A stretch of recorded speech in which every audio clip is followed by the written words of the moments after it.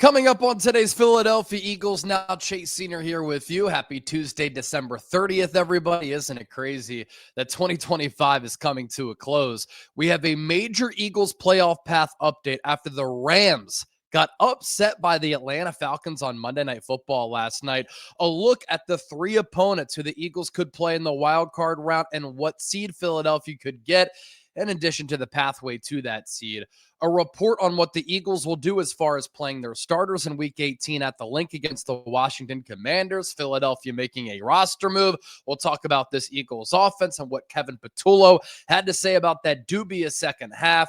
And another example that proves that Eagles head coach Nick Sirianni is elite. Now, yesterday, I did the show from Lancaster, Pennsylvania, Amish country. I was on the road seeing my 99-year-old grandma. Got to spend some time with my dad as well. We had some great conversations about life, football, the Eagles, the playoffs, the NFL. And I saw a lot of people down in the comment section saying, yo, you're doing the show from Lancaster.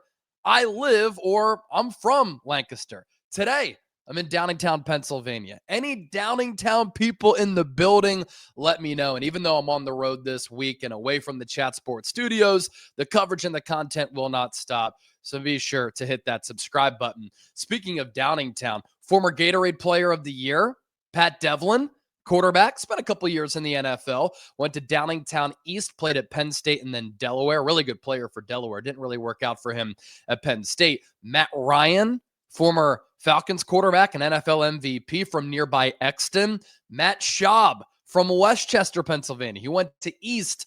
That's where my sister went to school. I went to Bayard Rustin first year that it opened up all the way back in 2006, which is pretty crazy to think about. And today I was in Westchester, got a good workout in at the Bin, a brand new gym on Adams Street. Be sure to check it out if you're ever in the area. They watch the show on Eagles Now. The coach of our workout class today said, I thought you looked familiar. So shout out to the Mooney family. All right, let's talk some Eagles here. Rams upset by the Atlanta Falcons last night. Bijan Robinson went off. Atlanta went up 21-0 in that game at home in the ATL. Rams had a little bit of a comeback, made it very interesting late, and then Atlanta able to hold on for that last-second victory as the Rams on that final drive. Matthew Stafford missed a deep throw, which could have been a walk-in touchdown. Puka Nacua, an unbelievable effort trying to reel in a pass along the sideline, and the Rams could not get into field goal range to tie that game up and send it to overtime. And so, with the Rams losing, it causes a big and unexpected shakeup in the NFC playoff picture because nobody really thought that the Rams were going to lose to Atlanta. Now, Philadelphia is the tiebreaker over the Rams due to the head-to-head win. Doesn't really matter in this case because the Rams can't win their division, and Philadelphia is going to finish no worse than the number 3 seed. The Rams, on the other hand, they're going to be a wild card team because they've lost control of their own destiny. And that started a couple of Thursdays ago when they lost that 30-14 lead on Thursday Night Football on the road against the Seattle Seahawks. And so as far as seeding goes here in the NFC, with 1 week left in the regular season, Niners host the Seahawks on Saturday night, 8 p.m. Eastern, 5 p.m. Pacific. The winner of that game will get the number 1 seed, win the NFC West, and get home field advantage in the NFC. Very cut and dry. If the Seahawks win, they, of course, get the 1 seed. The Niners will be the 6th seed. They split the head-to-head with the Rams this year, but it doesn't go to divisional record or conference record. A lot of confusion about this last night. It goes to the record against common opponents, and the Rams have the better record against common opponents. I don't really understand why it works that way. That's just how it works. If the Niners win, they get the number 1 seed. Then the Seahawks will be the 5 seed. They have the tiebreaker over the Rams because Seattle beat the Rams a couple of Thursdays ago. Now, Philadelphia here. They are currently the number 3 seed. If the playoffs were to end right now, Philadelphia would be hosting the Rams again in the wild card round. And this would be the 5th time that they play in the last 2 years. Or no, sorry. Excuse me. They played in week 12 last year in the divisional round, week 3 this year.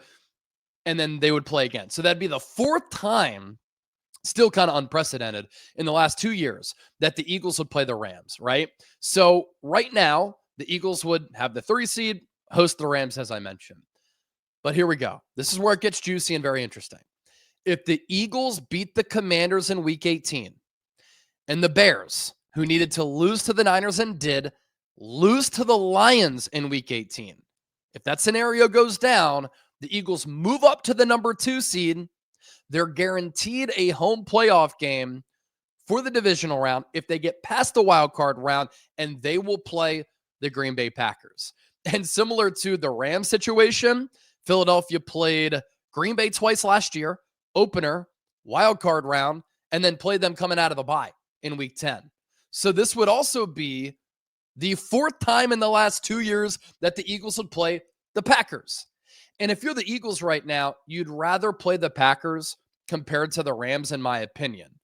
Now, if that scenario does not happen, where the Eagles beat the Commanders, Bears lose to the Lions, Eagles will either play the Niners or the Rams. So there are 3 teams here that the Eagles could play. They could play the Packers in the 2-7, or if it's the 3-6, it's either the Niners if they lose against Seattle or the Rams if the Niners beat Seattle. So to summarize, Philadelphia in the wild card round of the playoffs at Lincoln Financial Field in 2 weeks will either play the Rams, Niners, or Packers in the wild card round. Really comes down to what happens between Philadelphia and Washington, the Bears and Detroit, and then the 49ers and the Seahawks. Now, let's talk about each of these teams here. If the Niners have to travel to Philadelphia and play the Eagles, Brock Purdy right now is playing better than any quarterback in the NFL. It's not controversial to say. He has 13 touchdowns in his last 3 games. He has 5 touchdowns in each of the last 2 games, 10 combined. The Niners offense right now is on fire. They dropped 37 points against Tennessee, 38 against the Colts, and then they beat the Bears 42-38 on Sunday Night Football. And Brock Purdy is just playing out of his mind right now. He is on an absolute heater. And because the Niners are bad on defense and they're without Nick Bosa and Fred Warner, and because they're missing the likes of, on Sunday Night Football, George Kittle, and because some of their marquee offensive players have been in and out of the lineup, it's forced Kyle Shanahan to call plays and coach more aggressive. I think that's brought the best out of his offense.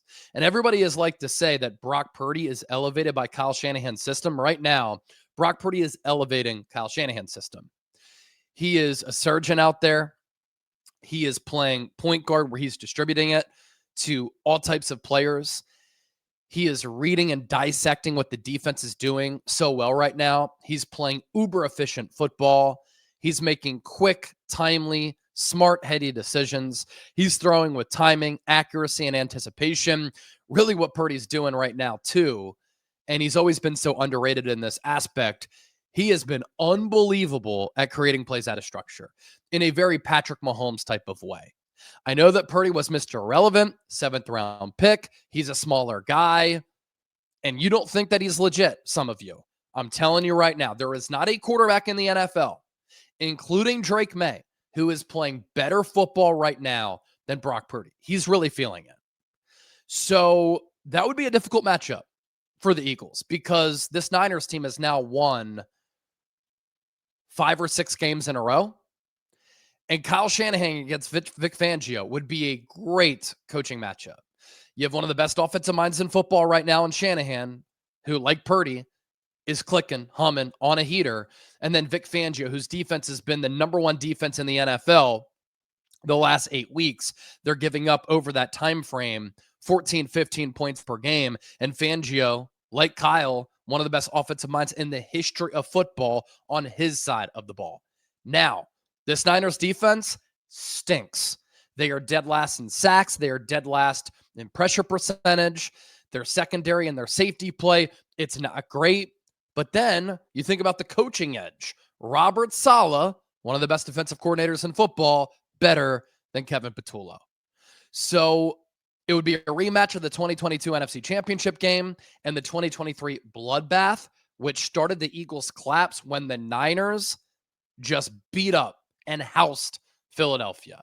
The Eagles are also traveling to play the Niners next year in Santa Clara, the site of Super Bowl 60 in 2026. These two fan bases, as I know, already hate one another. These two teams do not like one another. And it's funny because prior to 2022, there was no history between the Eagles and the Niners. The Niners ran the NFL in the 80s and the 90s. Eagles, for the most part, were bad in those 2 decades.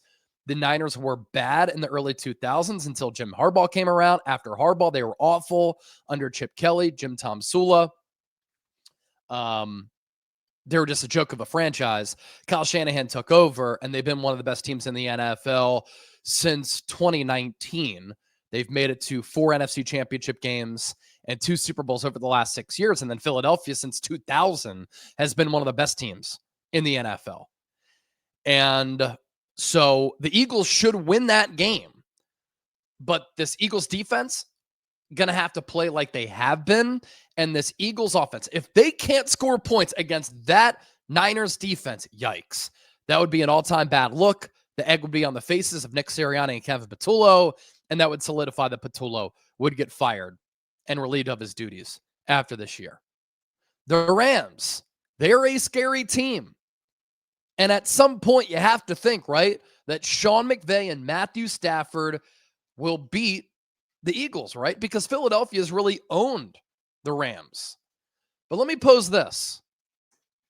Is the idea of the Rams scarier than the actual team? I think we might have a guest here. Reggie, the Rhodesian Ridgeback, is joining us. He is very comfortable in this little sheep clothing here. That is Reggie, my boy JJ's dog, making an appearance on Philadelphia Eagles Now. I'm up in the attic on the 3rd floor. What are you doing, Reg? Just coming to hang out?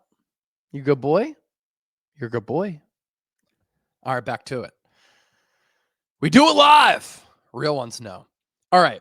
So what I was saying there, the Rams, scary team, right? And at some point, you would think that Sean McVay and Matthew Stafford, considering McVay an elite coach, Matthew Stafford an elite quarterback, they're going to have to beat the Eagles at some point because Philadelphia's owned the Rams in recent memory. But is the idea of the Rams scarier than the actual team? Because the Rams this year, good defense led by Jared Verse, great elite offense, Matthew Stafford, Kyron Williams, Puka Nacua, Devontae Adams, couple of talented tight ends, a good offensive line. But look at what has happened to the Rams this year. They lost as 8.5-point favorites against the Niners at home. They lost as 10-point favorites on the road against the Panthers. They lost as 7-point favorites on the road last night against Atlanta. They lost a 26-7 second half lead on the road against the Eagles in week 3. And then they lost recently that 30-14 fourth quarter lead on the road against the Seattle Seahawks. So they have lost a lot of games where they've been favored or they've had huge leads. And Sean McVay, nobody really wants to talk about this, offensive genius, kind of a dubious coach when it comes to game management and mismanaging leads. But for whatever reason, you think about the Eagles having to play the Rams again, and you're like, that would be a scary matchup. For Green Bay, more cut and dry here. No Micah Parsons. He's out for the year. A huge loss for that Green Bay defense. No Tucker Kraft, one of the best tight ends in the National Football League. That really hurts the offense. Jordan Love didn't play last week, although Malik Willis was balling against Baltimore. He's still dealing with that concussion. Brutal for them that they've dealt with all these injuries. It's a talented team. It was a dogfight for Philadelphia at Lambeau Field coming out of the bye week in week 10. But I like how the Eagles match up against Green Bay, and they're kind of limping going into the playoffs. And Matt LaFleur, kind of like Sean McVay, great offensive mind, but not great with game management. And I feel like every time I've watched a Packers game this year, they've had a critical play where they've been stopped on 4th down. Reggie, what do you want? You want to go up? Up. Go up. Stop whining. Up on the bed. Up. If I don't tend to him, he's just going to keep whining. You want to go up? Up on the bed? Come on, up. Give me a second. Come here, up. Good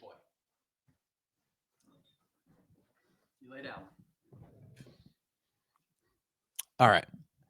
Sorry about that, ladies and gentlemen, but it adds entertainment value to the show here. So yeah, those are my thoughts on the Packers as well. So kind of outlining like the three teams that the Eagles could play in the wild card round of the playoffs, which of course brings us to this, a natural segue here on the show. Will the Eagles play their starters in week 18 against Washington? Now, I tweeted this out. If the Eagles want to rest their starters and get healthy, because there are some players who could use some rest to get ready for the playoffs. And I think this Eagles team, as long as the offense is solid, they don't even have to be great. I think they're the team to beat in the NFC when they're playing their best football, and they have a real shot to win back-to-back rings. So I tweeted this out. The Eagles, if they want to rest their starters, can afford to do that in week 18 and still beat the Commanders and possibly get the 2 seed if the Bears lose. Why? Because the Eagles have Tanner McKee. It's a great luxury to have, knowing that you can go into a game with Tanner McKee as your quarterback, with some backups playing. Obviously, some starters are going to have to play because you only have a 53-man roster, and you can still win and beat Washington. Tanner McKee did it last year with the Eagles backups, beating the Giants starters in the last game of the year. And Tanner McKee, I think, is one of the top backups in the NFL. If he got a starting opportunity somewhere, I think that Tanner McKee can be an excellent quarterback in this league. I've been saying this since his rookie year with what I saw in the preseason. And I know some of you might say it's only the preseason. It's not just the preseason. It's the fact that the guy's 6'5", 6'6", sees the field, reads the field, makes quick, snappy decisions, and throws with unbelievable timing, touch, and accuracy, especially on some of those back shoulder balls. And anytime he's come into play for the Eagles, whether it be the preseason, regular season, he's looked very, very prepared. Guy went to Stanford, very smart. Now, Mike Garafolo had reported this. You could beat Washington potentially with some starters resting. I think you saw Devontae Smith there. He's on the verge of 1,000 yards, so maybe you get him that accolade. A.J. Brown could chill out. Even Jalen Hurts could rest because of the legend Tanner McKee. So I do believe the Eagles are going to rest some starters here while still thinking that they can come out with the victory and potentially get that 2 seed if they get the result that they want from that Chicago-Detroit game. Because Dan Campbell is going to have his team ready. They want to beat the Chicago Bears. They don't want to end the season with a couple of bad losses to end the year, including a loss on Christmas to Minnesota, that loss a couple weeks ago to Dallas, or no, sorry, they beat Dallas, and then lose to Chicago in week 18. Like, they're going to be ready to go. And they have a really talented team, and they're capable of beating Chicago, especially if Chicago rests some starters. They've also matched up really well with Chicago. And that defense for the Bears just gave up 42 points and 5 touchdowns to Brock Purdy. They stink. Elliott Shore-Parks was at the NovaCare complex yesterday. And so the takeaway I got from talking to Tanner McKee is that the backups will be playing, but also just look at how this team has been handled in the past. They always value rest. And under Nick Sirianni, that's the truth. What's key here too, as I mentioned, Bears could rest the starters as well. Lions will play to win. All right, Eagles making a roster move here. They released long snapper Charlie Hewlett, who they brought back after he was on injured reserve to replace Cal Adamatis, I believe is how you say his name. Now with Cal, the long snapper, Jake Elliott had really struggled. With Charlie Hewlett, Jake Elliott has been on track. And he kicked really well at the start of the year, especially from 50 plus. Without Hewlett, he was not good. Then last week, Hewlett is the long snapper again. Jake Elliott, driving rainstorm in Buffalo, connects on that 47-yard kick. So who will be the long snapper for Jake Elliott? Because this is important. This is part of the reason why the Eagles got rid of Rick Lovato, because Elliott had a bad year last year. Michael Clay, special teams coordinator, saying, we have a plan. Not unveiling it because of competitive advantage reasons.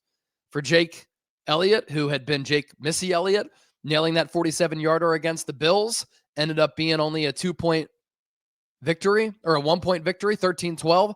Good job, Jake Elliott. Helped to win the football game, and you flushed those 3 misses from that Commanders game. What did Kevin Patullo have to say about this second half performance and why Jalen Hurts wasn't as bad as you think?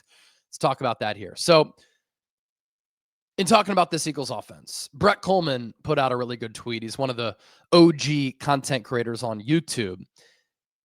The Eagles' average yards before contact per attempt was literally 0 after halftime. Their pressure rate allowed was 75%. 4 of Jalen Hurts' 7 passes were throwaways. He had 1 good pocket on a 3rd and 10, and he promptly ran from it. There was also the Devontae Smith overturned catch, which I don't know how you call that a catch and then overturn it, and the Devontae Smith drop. And then the other one was when Hurts had to escape the safety. So everybody likes to say, Hurts had no passing yards in the second half. He didn't complete a pass. How about you stop being lazy and just box score hunting and you actually watch the game? Jalen Hurts outplayed Josh Allen in that football game. He was excellent in the first half. Coleman adding, I'm not saying coaches are blameless, but the players themselves also have to take accountability for whatever that was. Whatever it was shit. This offensive line stinks, and I don't think it's going to get any better. So you hope that they can just play okay football in the postseason. And Kevin Patullo, that was a great example of him lacking play calling feel, play calling sequencing, because he certainly lacked it in the second half. Like, the game plan didn't make any sense. But to rip Jalen Hurts, it's just idiotic. And Dan Sileo, who played college football at Miami, does a podcast on Jacob Media. I've got respect for those guys because they're actually kind of competitive in the YouTube space and used to play in the NFL. He's always been known to be a big Jalen Hurts hater. He thinks that he's the caboose, that he's carried. And so I tweeted out, Jalen Hurts went into Buffalo and outplayed Josh Allen, but nobody wants to talk about that. Sileo responded and said the Jalenites and that he was bad. Sileo said outplayed with 0 of 7 in the second half, 16 total yards, 4 of the 5 series, 3 and outs. Really, I mean, Sileo, you played in the NFL, right? You played at Miami, and I just listed out what happened in the second half. Jalen Hurts was not given an opportunity to be successful because his offensive line stunk. You couldn't run the football. He had a drop from Devontae Smith, the call that was overturned. He escaped a sack. Jalen Hurts really wasn't that bad in the second half. Nobody just gave him an opportunity to succeed. And it really goes to show you, like, all year, it's been a collective failure on offense for Philadelphia. It's been really, really ugly. And Zach Berman, who does a phenomenal job covering the Eagles for The Athletic, his books on the Eagles are also great. I just bought the one documenting the 2024 season, put out these numbers, and this is the worst offensive season in Nick Sirianni's head coaching career with the Eagles. And year by year, from 2021 to now, points per game, 24.1, 27.2, 24.1, 26.7, 21.4. So that's the lowest in the Nick Sirianni era. Yards per game, 359, 389, 354, 367, 311.5 this year. Rushing yards per game, 159, 147, 128, 179, 119. Also the lowest. Passing yards per game, 200, 241, 225, 187.9, 192.3. So actually has gone up by 5 yards this year. EPA per play, 0.06, 0.06, 0.04, 0.08, and 0. Success percentage, lowest of the Nick Sirianni era by about 3 percentage points. Last year, 46.7. This year, 43.9. Red zone touchdown scoring percentage, best of the Nick Sirianni era, a tick under 71%. Turnover percentage, 9.2%, 10.2%, 15.3, 6.6 last year, 7.7. So not bad there. Third down percentage, awful this season. And I think this is where being predictable on offense has come back to hurt you, and committing penalties and having long down and distances to go on third down has burned you. 45.7%, 45.9%, 48%, 41.7%, 36.7%. Awful. Three and out punt percentage. 29.2% this year. From 2021 onward, 17.3, 16.1, 20.3, 19.2, 29.2%. And then drive score percentage, lowest of the Nick Sirianni era. 43.3, 42.4, 42.9, 44.5, 35.7. Not good enough. And Kevin Patullo said, we're still going through the tape as we speak, but really when you look at it, the amount of drives and starting positions, it was the first down thing again. We had 4 drives with inefficient plays and put us in 4 second and longs, and from there, 3 third and longs. And when that's happening, it's going to be very hard to move the ball. That is a fact. And when you can't block and you can't run and you can't find success on first down, yes, Kevin Patullo is to blame for play calling, but also his playbook is limited with what he can call after the inefficient first down play. It just changed the rest of that possession and that rest of the sequence. So really, everybody is to blame here. And I did tweet out what I'm about to talk about here. Another example why Nick Sirianni is elite. And somebody did say, like, Nick Sirianni, I just wish he could hire a coordinator. Hold on.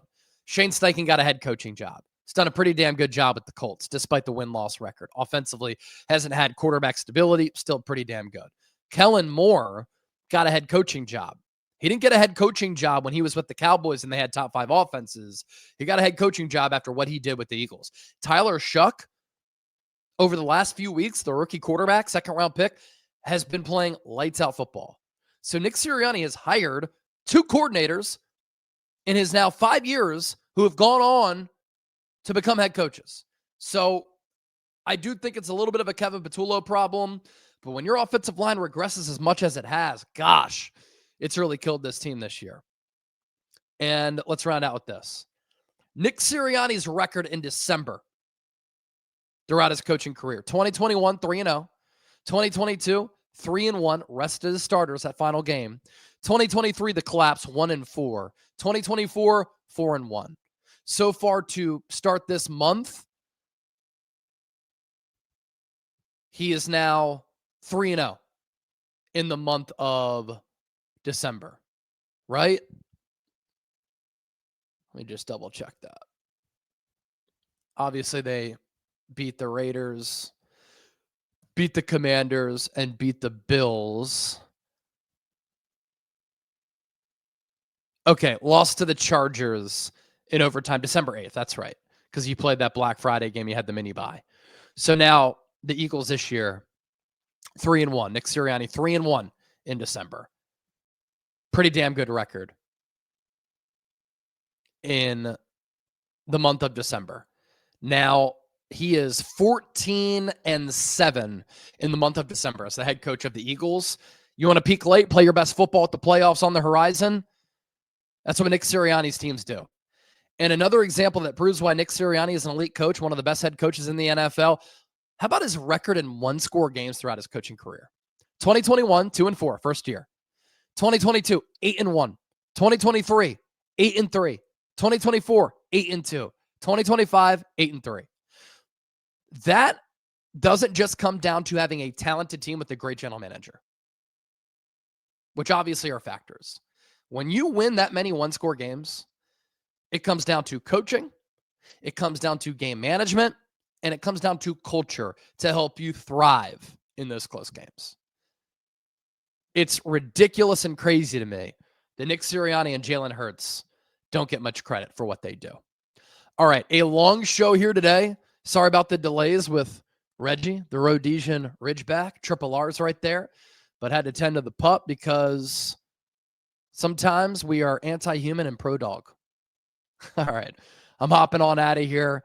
More coverage to come every single day this week. Don't forget to hit that subscribe button. Thanks for tuning in, and I will catch you all soon. Go Birds. See ya.